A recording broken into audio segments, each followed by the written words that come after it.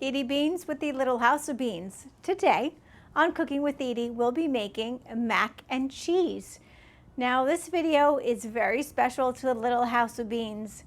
This video will mark 200 recipes using the Omnia oven. Maybe Stu will throw in some fireworks in this video.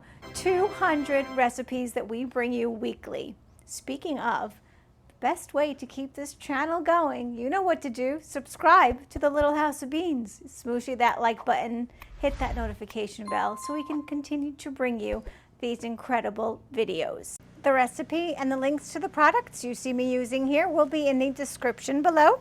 Join our Facebook group, Omnia Stovetop Oven Fans. It's a great community. Share recipes, post pictures, whatever you'd like. We'd love to see what you are cooking, baking, or just hear from you. Our cookbook. Oh my God, can't find a quiet place. Just keep going. Our cookbook, Outdoor Cooking with Edie, available on Amazon and as an ebook. I'm ready to make mac and cheese. Come join us as we cook our 200th recipe using the Omnia oven.